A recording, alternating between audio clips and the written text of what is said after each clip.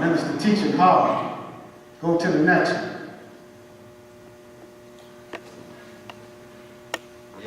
Little Rock, Arkansas, 1973. But you see that uniform, don't you? Designed by the Honorable Minister Louis Farrakhan, but the messenger told him what? Take the moon out of that. You just have the star coming out of the sun because you have no equal, brother. Most think that uniform is actually black. It's actually brown. Dark brown. Okay, go to the next one. What did that say? 7-0. I didn't hear you. 7-0. 7-0. Oh, that's right. Yes, sir. 7-0. New York City. When they got done, it was to 17. T. 17. I got a tape, FOI class. And at the end, you know how y'all like to get back on the mic and tell people what to do, Captain? Imagine a class ending, brothers, and one of the lieutenants gets up and says, all of the brothers from 7I, 7G, fall out to the right. I said, I'm like, you, damn!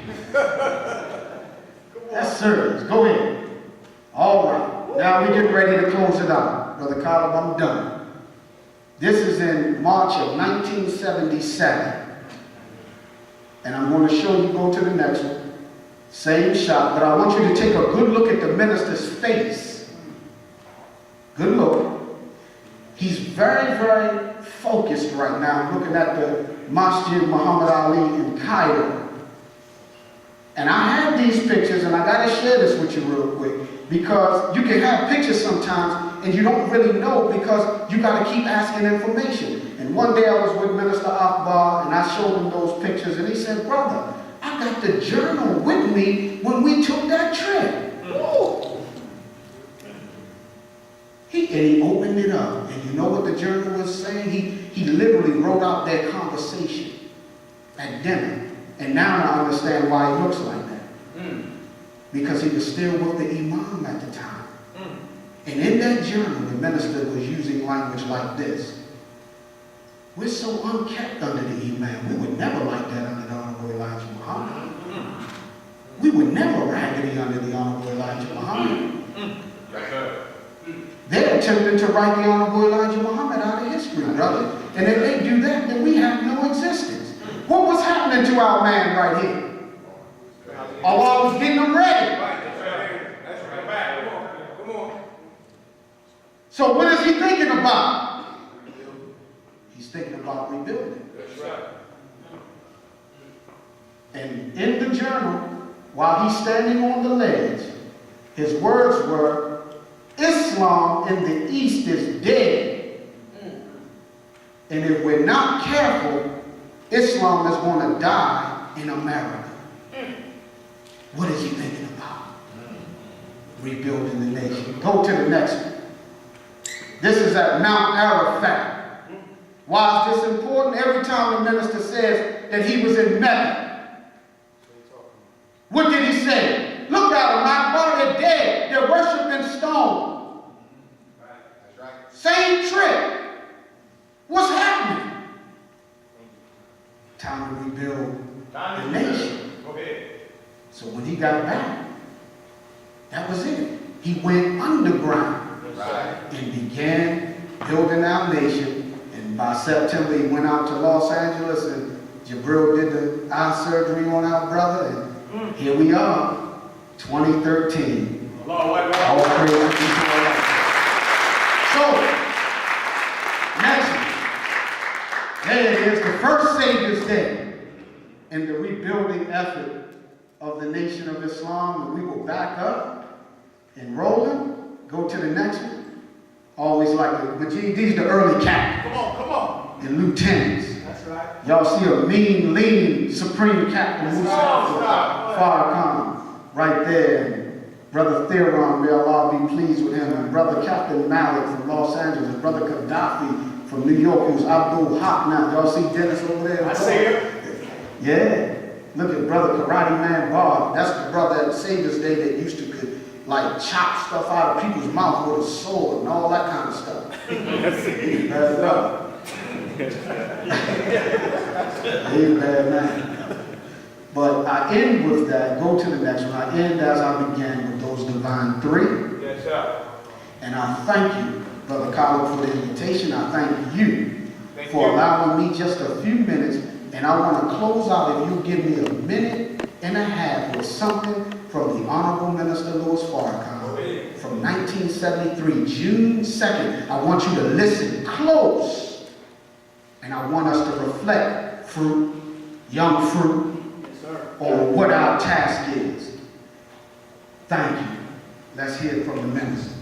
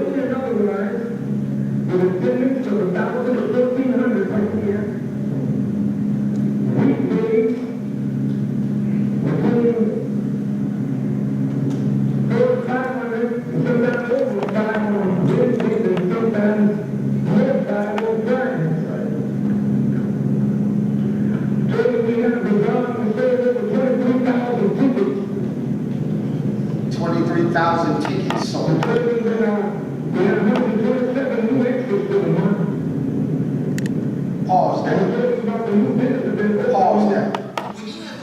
127 new exits for 1 month. Can I say it again, Kevin? 127 new exits in a month. This is the report that he's given to the messenger. He said he told them they sold 23,000 tickets for a bazaar that they was getting ready to have. Average attendance on Sunday, 1,400 just in all. And during the week, 500, 400 on Wednesdays and Fridays. Finish it out, brother.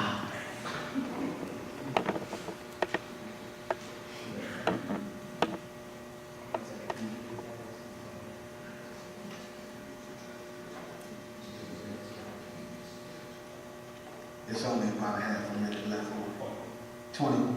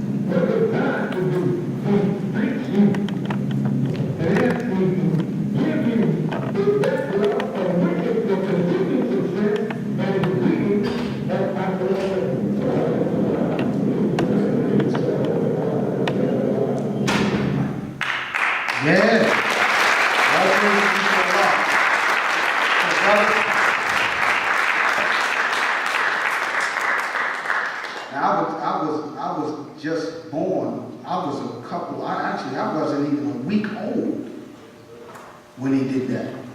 I just was fresh.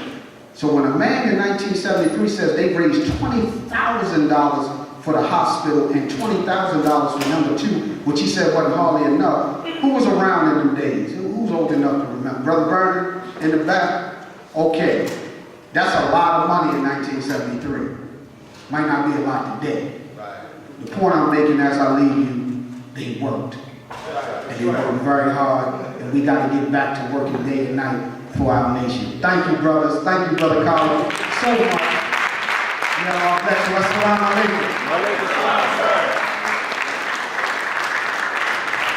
Another round of applause for Brother Collins.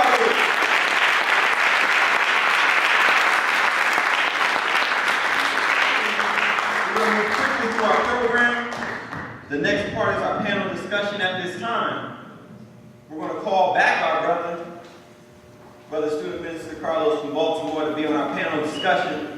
You can take a seat on stage. We're going to call up our student regional captain, Brother Majid Muhammad, to come up on stage.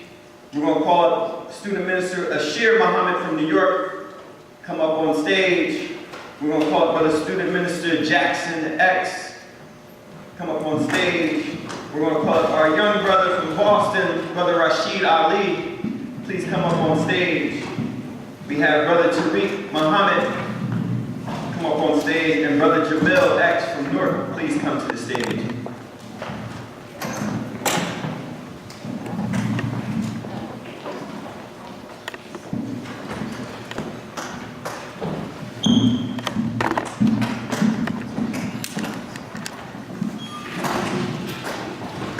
Testing.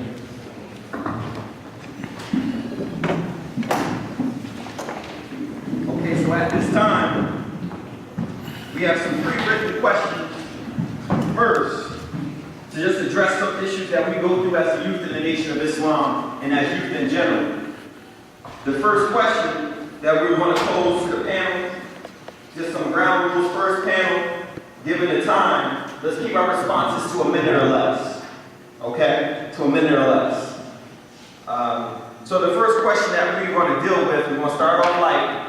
Why are we clean shaved and wear a neat haircut and the way that we dress is neat and clean? Who would like to take that first question, Brother Minister Carlos? I don't have it here with me, Slumley. The reason why I'm taking part in this, I'm sure Captain G can give some other aspects to it, but I'm gonna give it to you why the FOI do that. In 1936, while the Honorable Elijah Muhammad was on the run, he sent a letter back to the temples in Detroit and Chicago and Milwaukee explaining what he called the modern man in Islam, and that the new modern man in Islam must be clean shaven and head trimmed, nails trimmed, dressed in a clean garment, and proper shoes. So next time I'll actually try to send that letter out to you all, but he describes how the FOI are to be. But he considered our appearance in the way that we look the modern man of Islam, the new man of Islam. Okay, we're not like the old people of Islam. Is there anybody else that want to answer that question? Any questions? Yeah, just along with Brother Carlos, it is just real fact. It's unlike the Honorable Elijah Muhammad. It's unlike that attracts. Unlike. I have, Brother Carlos, I don't know what beard is it from, but I have an article here from the Honorable Elijah Muhammad on beard. And it has, I wish we could put it on the screen to show everyone, and it has one brother with a beard and it says germ carrier.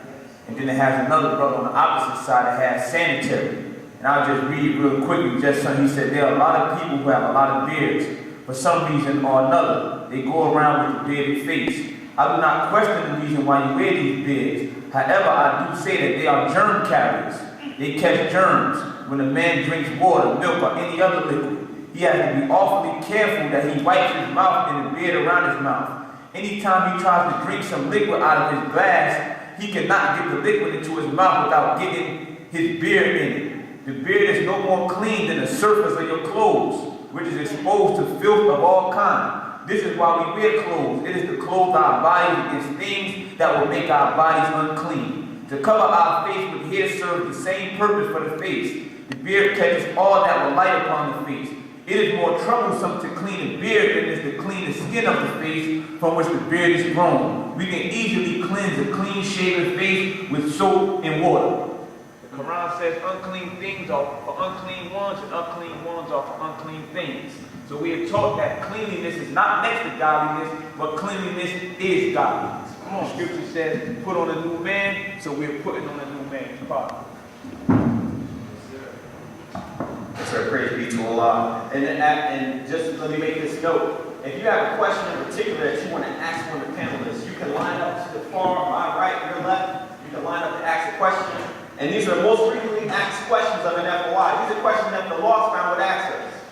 These are questions that the people would ask us. And these may be some questions that you ask yourselves from time to time. All right? So let's go on to the next question. The next question is,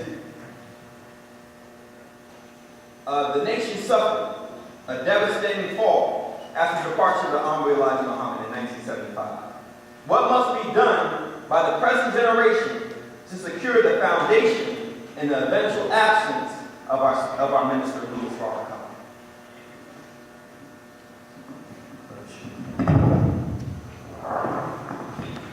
In the most holy name of Allah, the beneficent, the merciful, I bear witness that there is no God but Allah, and I bear witness that Muhammad is a servant and messenger. I greet you all with the words of peace and paradise. Assalamu alaikum. And briefly, just want to thank Brother Caleb again for bringing us all together, for he didn't just take the idea of God and let it pass through his mind, he absolutely acted on it.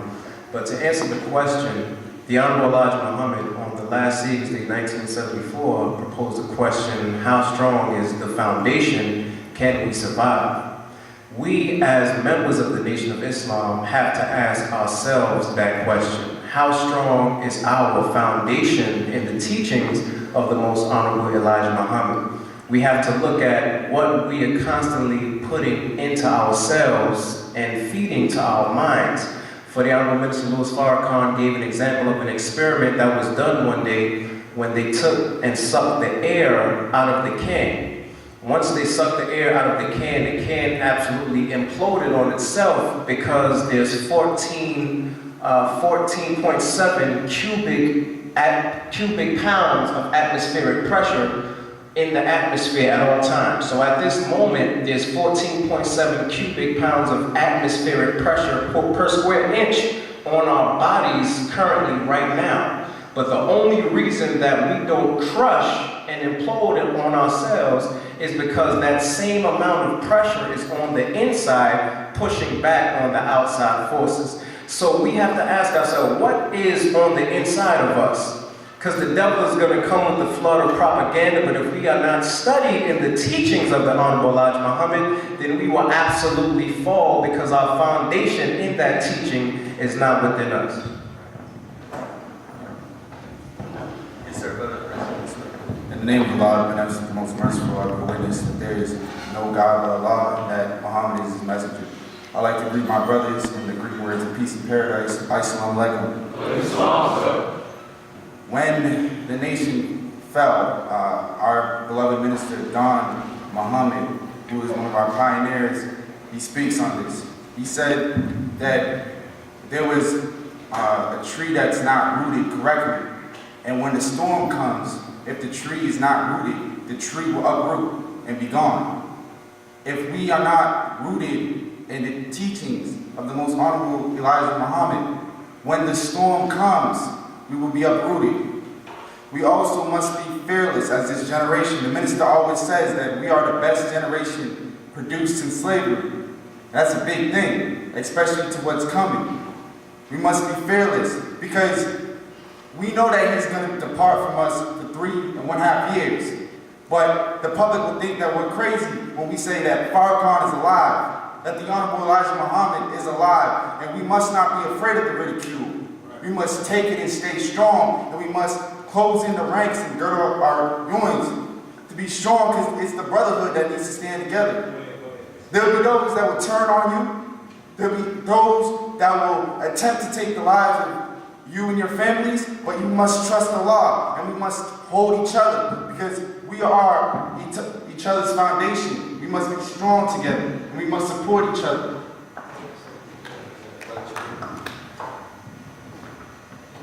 In the name of Allah, the next most merciful, I bear witness that there is no God but Allah, and Muhammad is his servant. To answer the question, from my standpoint, Brother Khaled, wonderful answer that was given, by the way. When it comes to securing our foundation, after we were able to see that done in 1975, I know our regional captain is, he's a builder. And one thing you have to do when a building has an unstable foundation. You have to install what's called reinforcements. When we look into the crowd, that's what we are. We represent the reinforcements for the Nation of Islam, because there's a building that had been built back up. So we have to come in as a reinforcement to ensure that it will not fall again. It's not guaranteed. It's only guaranteed because we say it won't fall. It's not guaranteed because it's not possible. It's guaranteed because the brothers sitting in this room will not allow that to happen. But we have to identify those steps and how we're going to make sure that that doesn't happen. What happened before 1975? Personality worship. Everyone was putting their, putting their points on one man. We have to understand that we have to stay focused. When we're qualifying ourselves for the position that awaits us, we have to understand what that means. What position awaits me? You have to find your fit. Don't go into the mosque and say, oh, I don't know where I'm supposed to. Find your fit. Secure your foundation, as Armed Missiles Farrakhan told us on Tuesday. We have to secure that for ourselves. And I told the brothers on my team regarding to the conference call preparing for today, I said, what excuse can we give our children? My uncles, my father had to give us an excuse in regards to why the foundation isn't where it was. The nation took a fall. They had to watch the nation go astray. They had to go back into a world after understanding what heaven looked like. We were born into heaven, most of us. A lot of us don't have a taste of what the world really is. We have to understand what that means. And we can't give our children any excuses. Oh, well, you know what? We got a little busy. We got jobs. And, I had to play basketball. They're not going to want to hear that. They might as well be digging a grave as we're speaking and telling, no, Dad, yeah, I appreciate that excuse. Go ahead, lie down. Yeah, lie down in that grave. Let me put this dirt on you as you keep talking. Because there's nothing we're going to be able to tell them on why the nation isn't where it needs to be. So, brothers, it's our time. What are we going to do to make sure that the nation is secure? We're going to take up, go, as Brother Jackson said, we're going to be the lamb. We're going to take the book. It's not permission time, it's execution time.